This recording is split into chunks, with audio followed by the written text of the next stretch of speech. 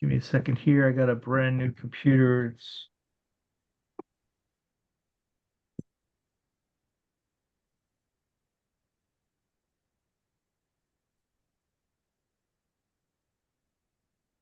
Can you see my screen? Yep. Great. Oops.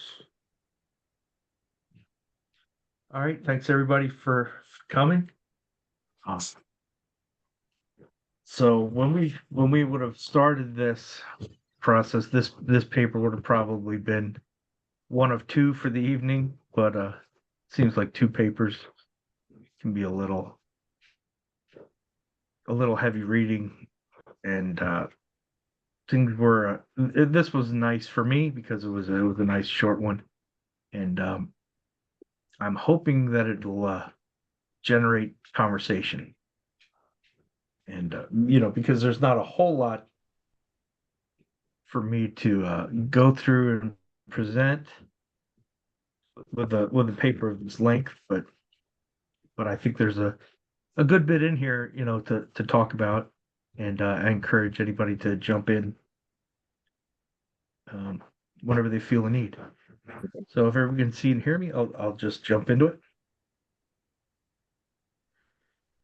I'm going to start with a couple definitions, just an obvious one here of ethnoastronomy, which Clive Ruggles defines in his Encyclopedia of Cosmologies and Myth as a study of the beliefs and practices concerning the sky among modern peoples, particularly among indigenous communities, and the uses to which people's knowledge of the sky are put. So this is kind of a standard definition that I've always used, set here against the backdrop of Zuni Pueblo. Mm-hmm.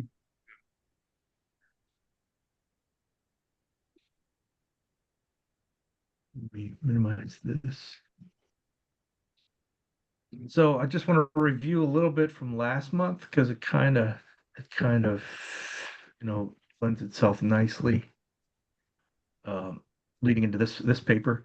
Last month we talked about Michael Zielik's Keeping the Sacred and Planting Calendar, Archaeoastronomy in the Pueblo Southwest. A couple of points he made in that paper is ethnographic analogy properly used can flesh out the old bones of prehistoric ruins. Cultural connections run deep within the historic Pueblo people and their immediate proto-historic ancestors. Then we can take a look at the concepts of astronomy that are most frequent and have the greatest distribution across the historic Pueblos and mark cultural traditions that are deepest in time. Then we can strive to use some of this knowledge or some of these insights more productively. For instance, the sacred planning calendars kept by observation of the sun and moon used by the historic Pueblos essentially integrated astronomy, agriculture, and ritual. And this was likely a practice that was also used by the ancestral Puebloans. So this paper, not only was it originally published in, the link that, we saw on the first slide, but Avini also put it in his Foundations of New World Cultural Astronomy. And he makes note of it saying, folklorist Mary Jane Young's article, Ethnoastronomy and the Problem of Interpretation, deals with the delicate issues of how to reconcile emic evidence rooted in contemporary native religious belief systems regarding their ancestors with that acquired in the field by the etic approach of the outside investigator. So a couple more definitions here. Emic and etic are two different perspectives used to study cultures and societies. Emic refers to the insider's perspective, while etic refers to an outsider's perspective.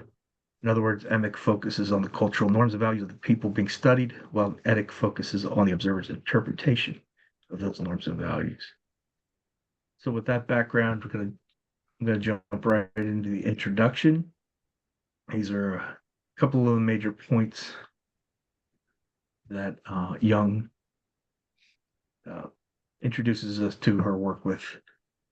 She says one way to try to understand archaeoastronomical sites is to elicit interpretations from Native American um, peoples who trace their ancestry back through many generations, residing in the same geographical regions where the site in question is located. Um, so this is something that's probably in everybody's toolbox as top of the list when doing field work. Getting some of the local interpretations. However, despite cultural continuity, the present cannot be projected on the past as if cultural concepts were static over periods of hundreds of years. Ethnographic analogy has been used and abused to address questions of meaning and function when attempting to interpret rock art. And we see this a lot in both archaeoastronomy and rock art study. So rock art may have been produced for different reasons in prehistoric times than the historic period, and the meanings of specific design elements may have changed through time as well. So this is going to be an important point that we reach in the paper. Excuse me one second, I'm going to shut my door.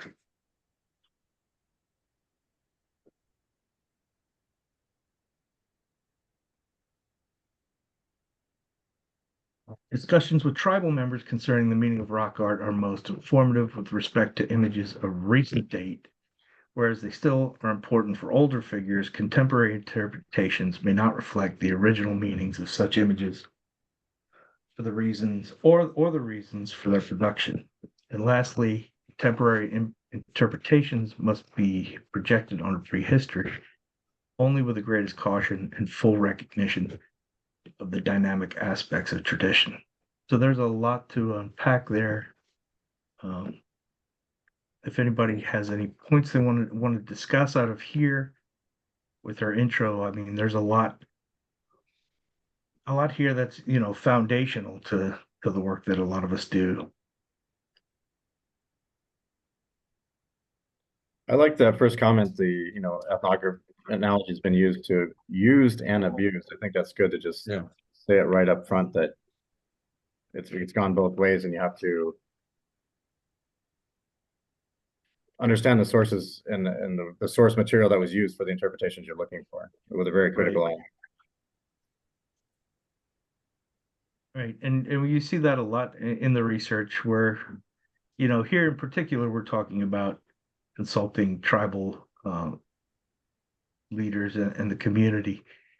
But even outside of, that realm, there's a lot where researchers just don't do the necessary literature review or the legwork and kind of can come up with some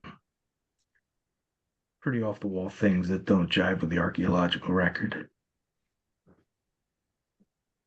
Let me comment there, actually, Chris, because you're absolutely right. And the difficulty in some cases is that, as you suggest, the counter argument for a particular interpretation exists very much in the literature, and people haven't done enough literature review to see what earlier folks have said about a given site, say back in the late 1900s, for example, and 1800s, about the interpretation of a particular place. And so they don't see the potential changes in interpretation. On the other hand, in a place like Zuni, where so much of their ritual observances are solidly anchored in earlier times, because of the way they approach the certain of the rituals, you can. It all goes to say that one has to be really careful to sort through what may be historically relevant or an interpretation that may be an interpretation from, say, 150 years ago, or even 50 years ago, compared to an interpretation today. And I think one of the things that Jane's paper does is really highlight the possibility that interpretations can be very much influenced by outside influences, people coming and asking about it. One has, especially at Zuni, one has to remember that they're still doing the rock art. It's not although there's an awful lot of very old rock art there, they all are adding to the rock art in historic times and current times. When Jane was working there, and I was there helping her out for part of that work, there was a Zuni elder who um, had added to the rock art in that region of Village of the Great Kivas, while just a few years before she and I got there. So she mentions that in the paper, but I want to emphasize it because I think it's That's important. interesting. Thank you. Was the modern art very similar in tradition to the prehistoric? Yeah, in that case, they were painted figures, multicolored, Okay. and some of it was added, uh, sprucing up old images, Yes. and some of it was new. Yeah, that's one thing I've noticed is that they continue have a continuum of time at these places. Is they've maintained these sites over time. So Right. so there is, with Zuni in particular, there is a cultural continuity. They just give it a fresh coat of paint. Yep. Well, yes, and also them. maybe add to it. Who knows? Yes.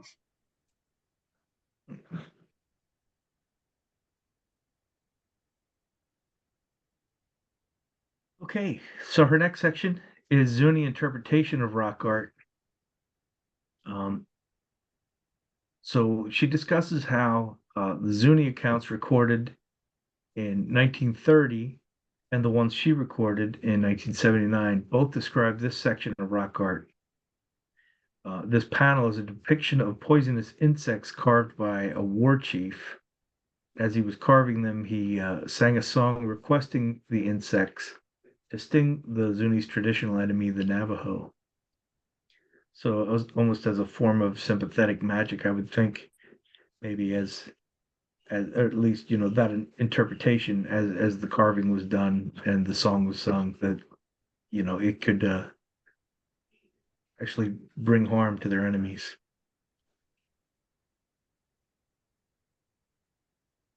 And you can certainly see the different insects down here that she's referencing, or that her informants and Robert's informants were referencing, to be more exact. So this panel over here, in both Robert's 1930 ethnographic record and Young's work in 1979, this panel here was interpreted as depicting a humpback flute player appear, or rain priest. We see another image of him over here, a little different. Also, a horned toad and an insect, all of which were pictured on the rocks for the purpose of attracting clouds and moisture to the area. So later on, we'll see another turtle, which was interpreted as a horned toad in some respects, an aquatic or amphibious animal that was also in that context hoping to attract clouds of moisture.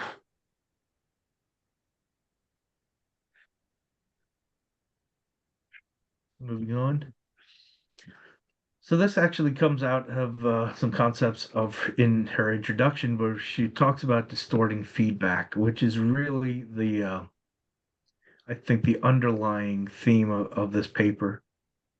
Mhm. When contemporary indigenous uh, interpretations are subject to influence by sources from outside of the culture, and Ray already hit on this. This can result from just the presence of researchers in the field interacting with the indigenous communities, or the creation of written record that is in turn read by the community, and in doing so, those interpretations seem to get a greater status because they're in print or wider distribution, whether or not they are more correct. They just certainly have a greater sphere of influence, perhaps, or treated weight here. So this is the first example she gives of this feedback. Sorry, let me. It's around. So we see here over here in the black and white the picture from the paper, the different the two kind of panels here, and we have the two spirals, and both in the older Roberts historic record and her work, these spirals were described as representing a period in the Zuni emergence myth, while the people were traveling about looking for the center where they would build their permanent homes.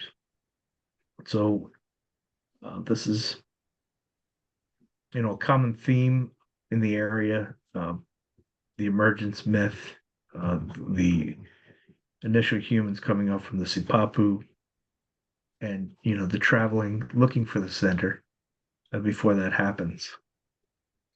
Also, on this part of the panel, we have the deer with the elongated antlers. Was likely a record of an unusually successful hunt. This was placed on the panel to petition the spirits of the animals to attract others to the region to ensure continued good hunting. And here we have the turtle, also possibly interpreted as a horned toad, placed here for the purpose of bringing rain into the area, just like we saw in the last panel.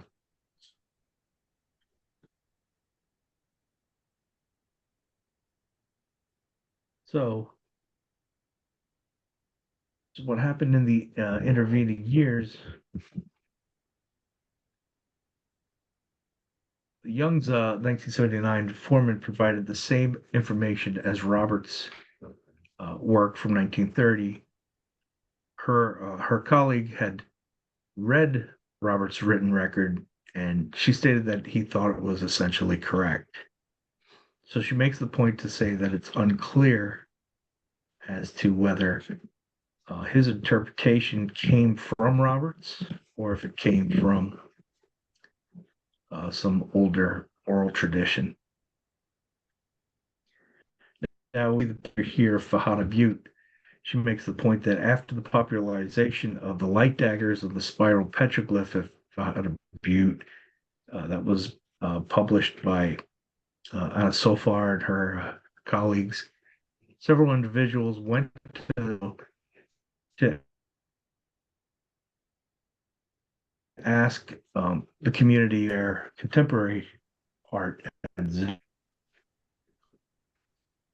So as a result of that inquiry, we start to see the beginnings of this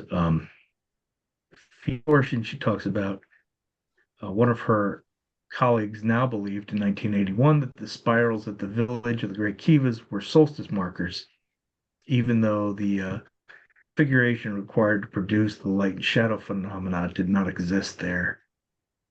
So the the idea the solstice would mark these spirals even if they didn't have the overhang conditions that existed at Fajada. So here's a quick timeline of how. Yep.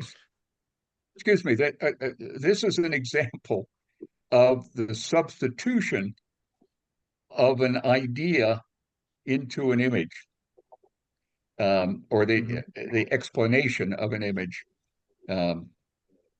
that I find very interesting, even though there is no discernible evidence at the site.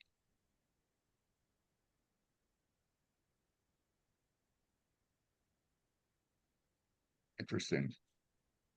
There's a message in the chat that said, "Don't get me started," from Carol Patterson. Jane is an archaeologist and never understood the difference between foundation myths, public stories, and fairy tales. Ortiz made it clear that there's a cultural annuity with rock art panels that depict foundation myths. Thank you for that.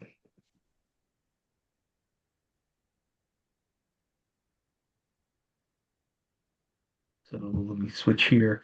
A little timeline about her colleague and the changes in his opinion. So prior to 1979, her Zuni informant or colleague had read the record and thought it was correct, as she mentioned earlier. He thought the spirals represented the period in the Zuni emergence myth when the people were traveling about looking for the sender, where they would build their permanent home. So then in 1979, Anna Sofer and her co-authors put out the paper, A Unique Solar Marking Construct in Nature. And between 79 and 80, the news of this interpretation must have reached Zuni Pueblo. When Young returned in 81, her source said that, now he believed that these spirals marked the solstices. And he said in the winter, near the solstices, to spend the night up there at the village of the Great Kivas. He said, I'll look for the spirals just before the sun comes up. I bet the same thing might happen. And of course, mentioned, there is no rock overhang there that would form those light and shadow phenomena. So, of course, that wasn't going to happen. In 1984, her informant said maybe those spirals are supposed to be the travels of the sun during the year. There are two of them, maybe halves of the year.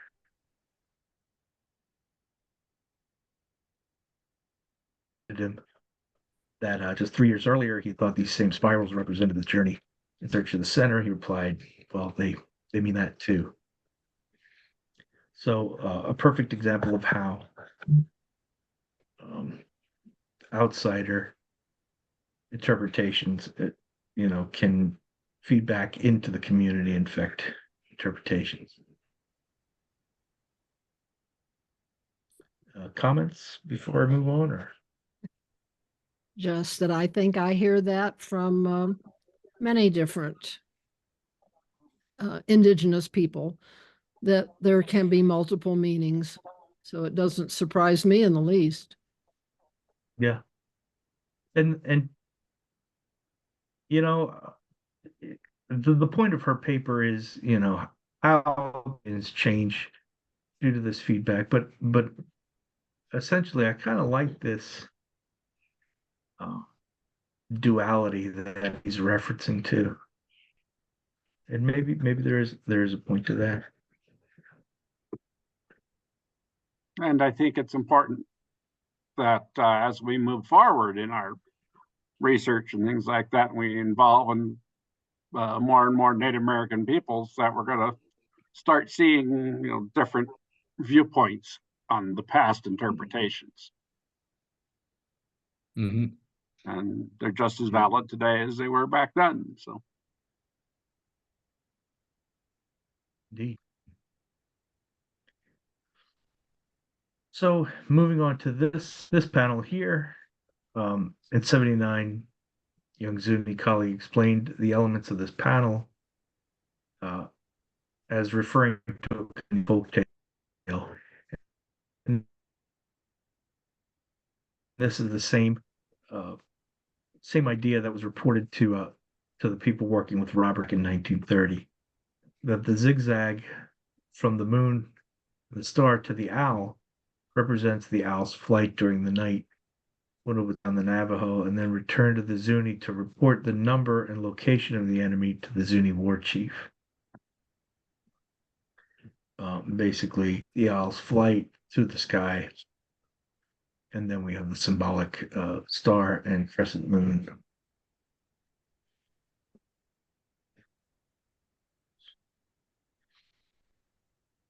Okay, so dipping back into last month again with Zielig's paper,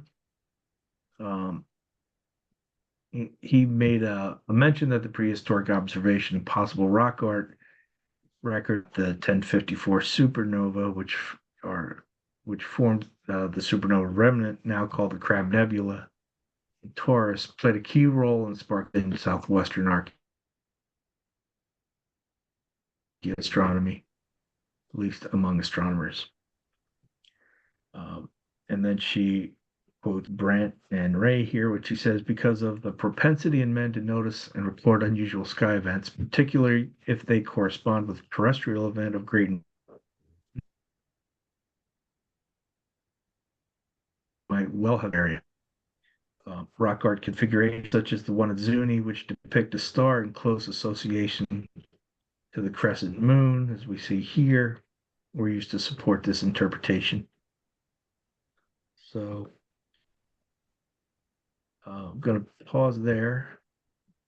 I don't know if anybody wants to talk to this or not. I mean, let me comment. I'd like to comment on this one. This gets into. I'd like you to as well. This gets into an earlier discussion that we had about this site in Chaco Canyon. Mm-hmm. And I want to point out that Florence Holly Ellis basically disagreed with the precept here that the observers would have put it on the rocks, drawn this imagery because it was an unusual event. She claimed, based on her work, very long, extensive work, of course, with mainly with the eastern pueblos of New Mexico, that they would not have necessarily recorded an unusual event. They'd be much more interested in recording events that would happen again and again. And you could either take that.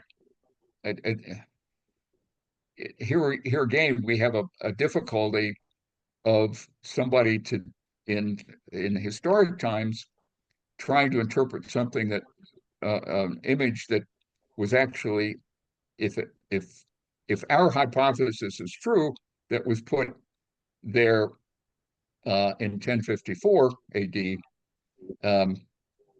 it's basically a change in the concepts between the historic Pueblo people, the Zunis, and the people in historic times, and those living in Chaco in the 11th century.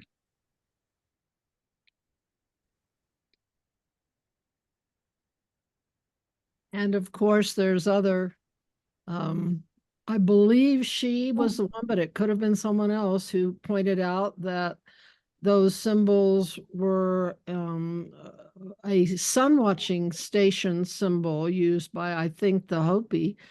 And that, so And I know as a rock art recorder, I noticed that the symbols look like they are a little different color and paint. They could have been done at totally different times.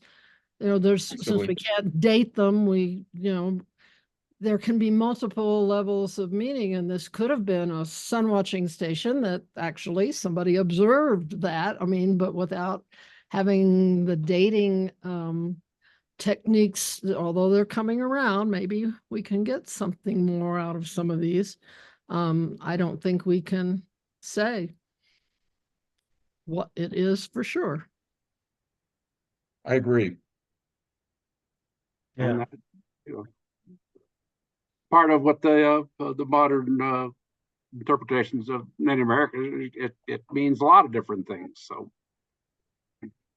we can we don't have to be locked into one particular interpretation. Right. Well, I remind people that the reason this image got in front of Jack Brandt originally was that Jack was a solar astronomer and very interested also in this various supernovae. So he had a really strong interest in believing that this was a record of 1054 because it gave astronomers another example of actually having seen the event in 1054.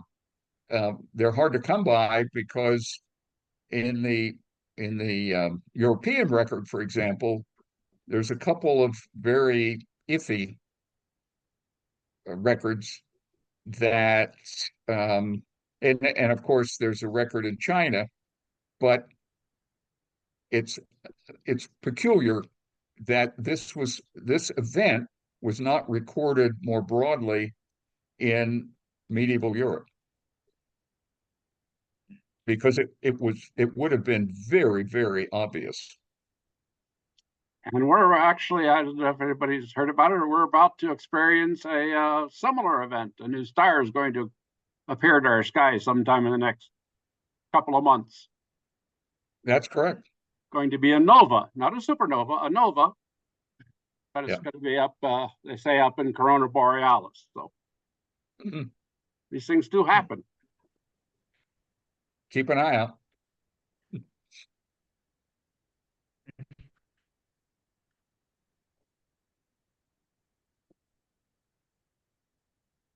So here's a recap of our process that goes in the interpretation of this panel, the original panel with the owl and the moon and the star.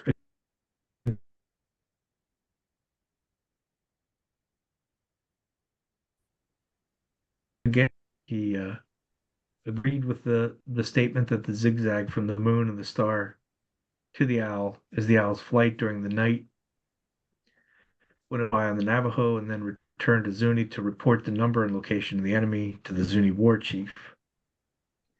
Then in 79, the paper came out, the 1054 Supernova in Native American Rock Art. And again, news of this interpretation reached Zuni Pueblo. 1980.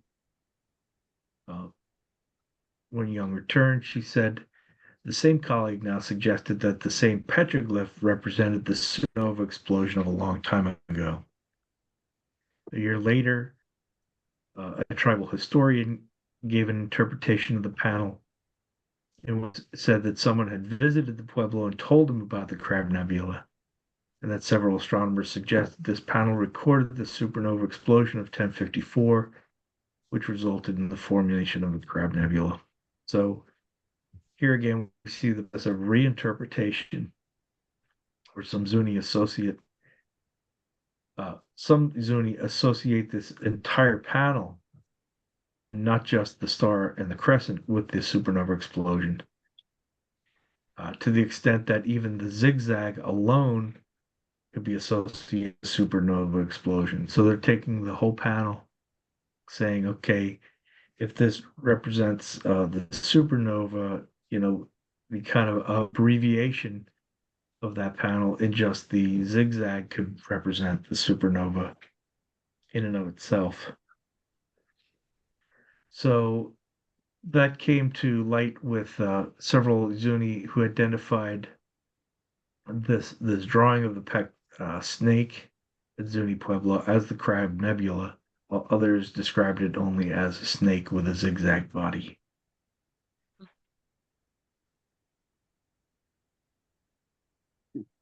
So, and lastly, little commercial for her book there. Conclusion, she says the Zuni may have been willing to accept and incorporate outside astronomical interpretations of rock art in their contemporary tradition in order to date the naked eye astronomy knowledge of their ancestors and to provide more credibility of the traditional oral accounts. And lastly, she offers this warning, which is most important.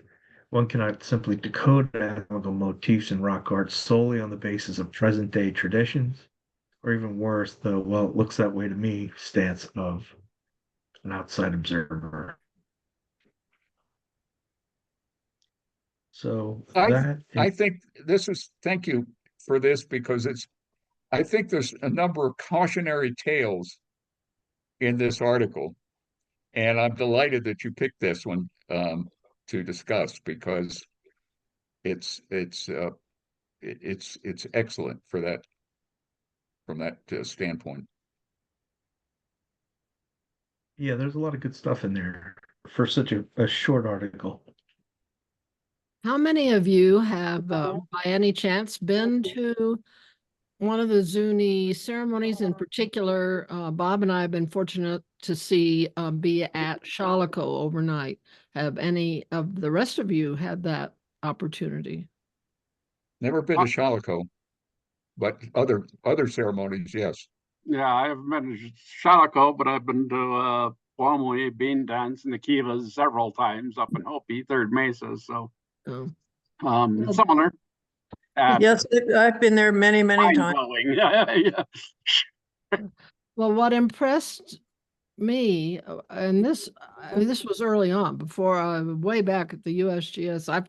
Bob, do you remember what year we were at Zuni? It was really early. It was prior to even when Petroglyph National Monument had been determined to be a monument. We were there with the Sierra Club because we were trying to get it turned into a monument. We were seeking help from the indigenous folks, and we were fortunate enough to have been invited to come.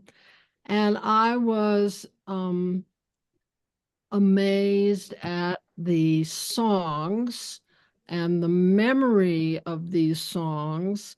And even though I could not understand them, it just spoke to me as really deep, really important, really traditional. I mean, that this hadn't changed over time, and that I don't know. It's had actually probably changed my life. It got me more interested in a lot of different things. But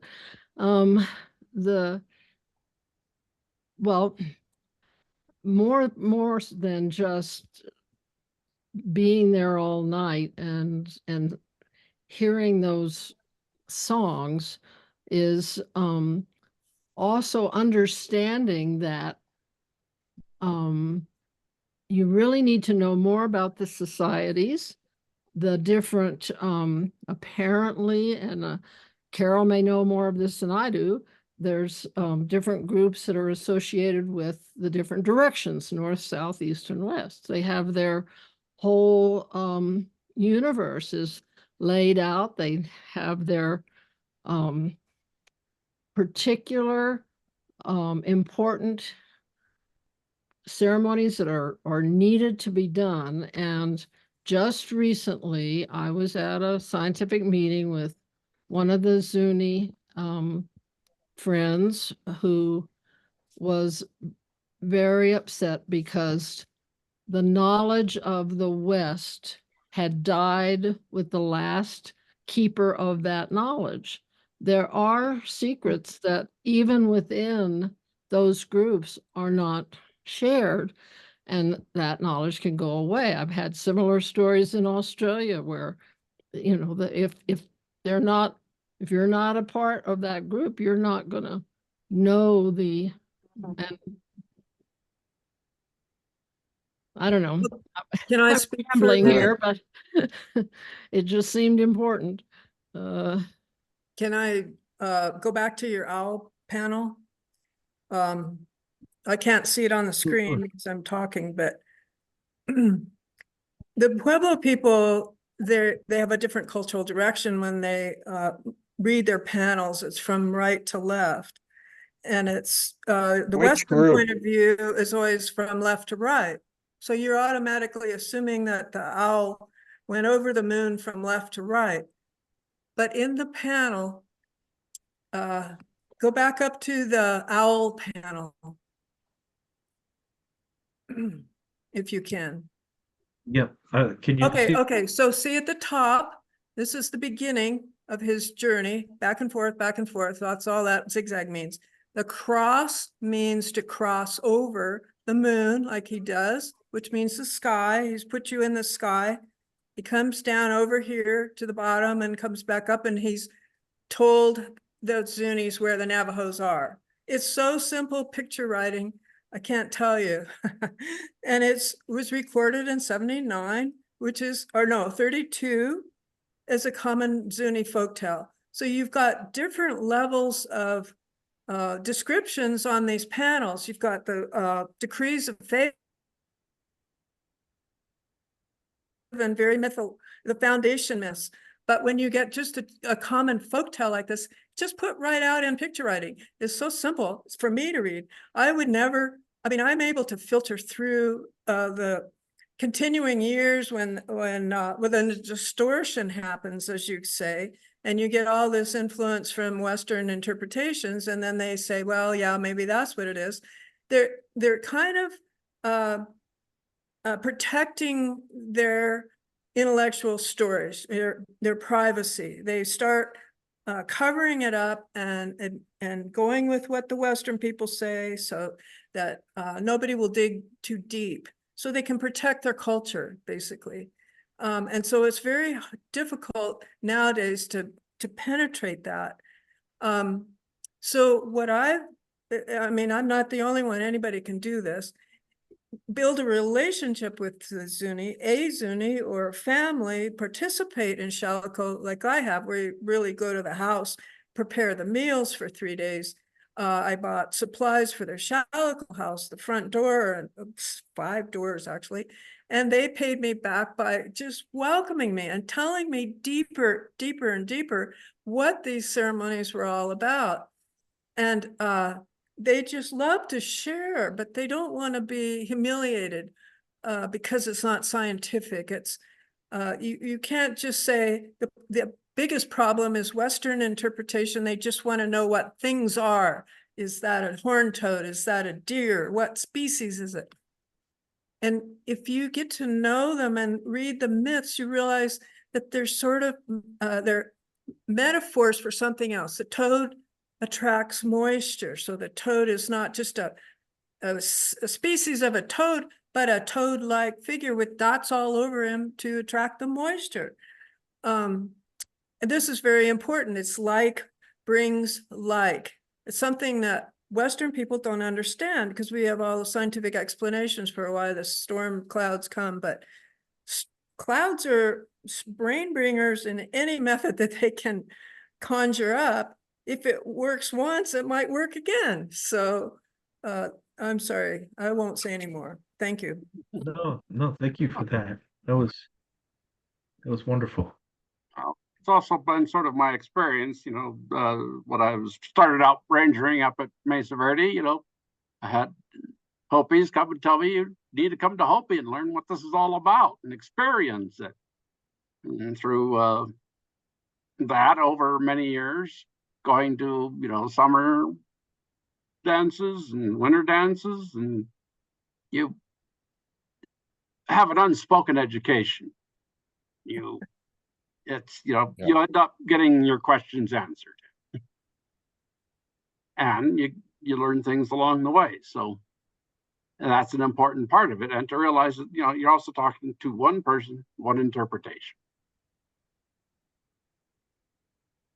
Well, another problem I had with Zellick when he published that, if you go back to that picture, I'll point out some other things in it. I actually had a conversation with him that the hand symbol that he describes as a signature of the artist is another Western concept that bugs me. The hand is painted red, and it's an idiom for a bloody conflict or hand-to-hand conflict, but it also means bright. The color red is bright. So it reinforces the idea that the star is bright when the moon is out. And then you have a symbol in the lower left that I don't think anybody pays any attention to, but it's the concentric circle. And it's painted bright white. It represents to disperse outwards, like the rings of in a pool. When you drop a rock in it, the rings rotate out, concentric rings. And so by painting it white or pecking it in solid like that, I can't tell if it's paint or just pecked, with red inner circles, to really emphasize up there was very bright. And the red the hand has all of these different meanings, like vitality with blood on it, with a big conflict or a big brightness. It's an emphasis symbol. It has nothing to do with they don't have such a thing as a individualism artist, signature. It's all communal, like all for the community, all decided how everything is going to be done so that it's done right. And the message goes out without offending any of the spirits. That's all.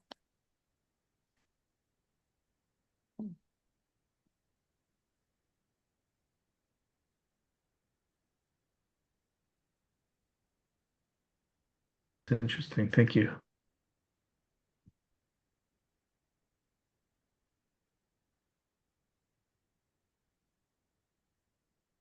So Carol, it's what you're basically saying is Jung's whole warning of this distorting feedback could actually just be a ruse, really? Is that your? I know that it's important what she says. And it's sort of the party line of all archaeologists. You never know what they mean because everybody tells you a different story. I mean, I ran into that in Australia too, where these career archaeologists, Josephine Flood, for example, would say, well, I can't believe a word you say. They just, each one you ask has a different story. But there were cultural anthropologists went in, that went in, and maybe they worked with the women and they got a different story, or maybe they worked with the men and got a different story. But one's men's business, one's women's business.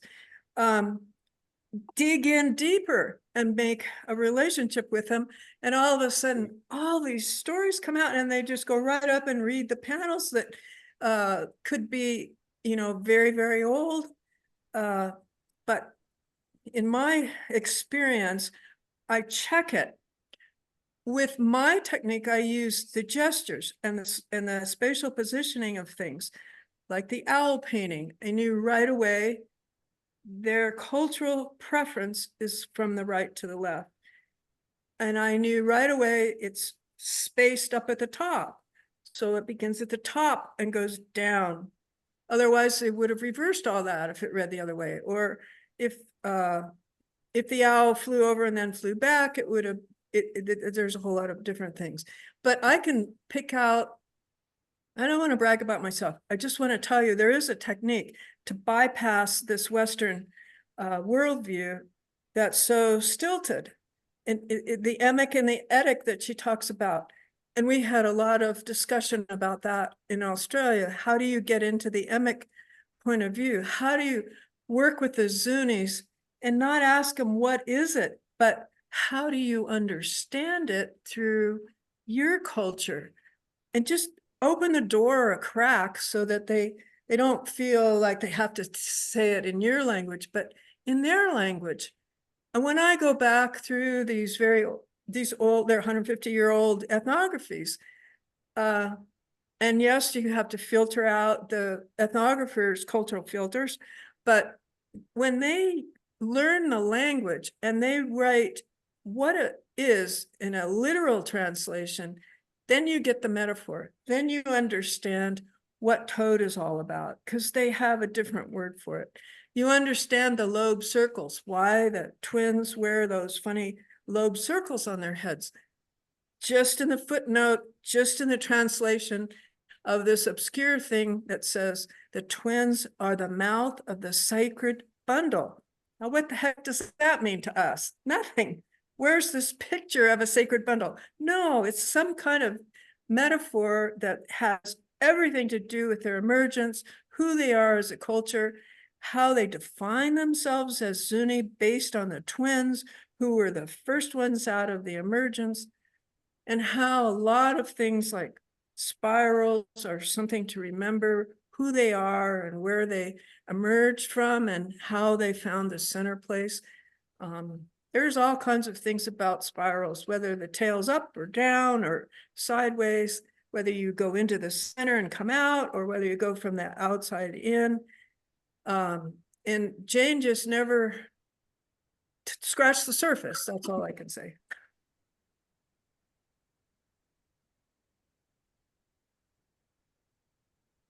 Well, thank you. Yeah, I'm humbled by all the great input. Very thankful for it. So don't give up, guys. Get going. That's right. Never say never. Of course, you can understand what those things are about. And if you Just have want to to do a little understand more more reading. about Carol's headlining the Four Corners lecture series this coming Saturday night over at the Bears Ears Education Center. Carol, if you want to mention that. Oh yeah, we'll talk about the runners and the LiDAR roads and the things that people can relate to, but also a lot of concepts that are pretty foreign. As an aside too, I'll be giving a presentation over the Bears Ears Education Center on April 27th. That's about, right. Our cultural landscape survey program. Very good. Oh, good. Are those online at all? They both should be, yeah. Okay, we should send it out to the members. Right. Yeah. indeed. You know, not sure about how to get the live Zoom meeting. Carol, maybe I can help with that. We'll see. If anybody wants to see Sears Point, I'm talking on that at tomorrow night in a Zoom meeting with the Agave chapter of the Archaeological Society. I'd really like to see that. Yeah. Yeah, definitely. Could you send a link to that, or is that? What was the question? Sorry. Is there a link? How do we see that? Bob, do they have the link up already that we're going to use tomorrow? I haven't seen a link. Yeah, I can put it out, send it out in an email. Yeah, to if the you group. don't mind, then okay, that'd be great. I'd love to see that. Send me too, Evelyn, because I'm looking for speakers for another group that I work for. I'd love to see your talk. This is, I think, what time is it? It's supposed to be at 6 p.m., I think.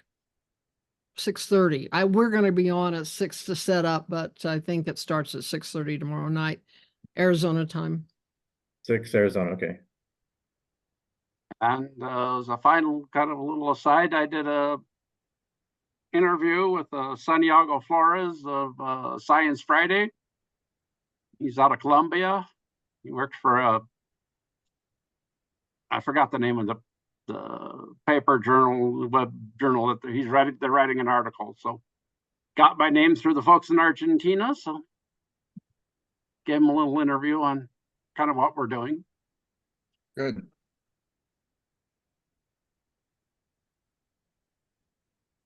that through Alejandro's journal?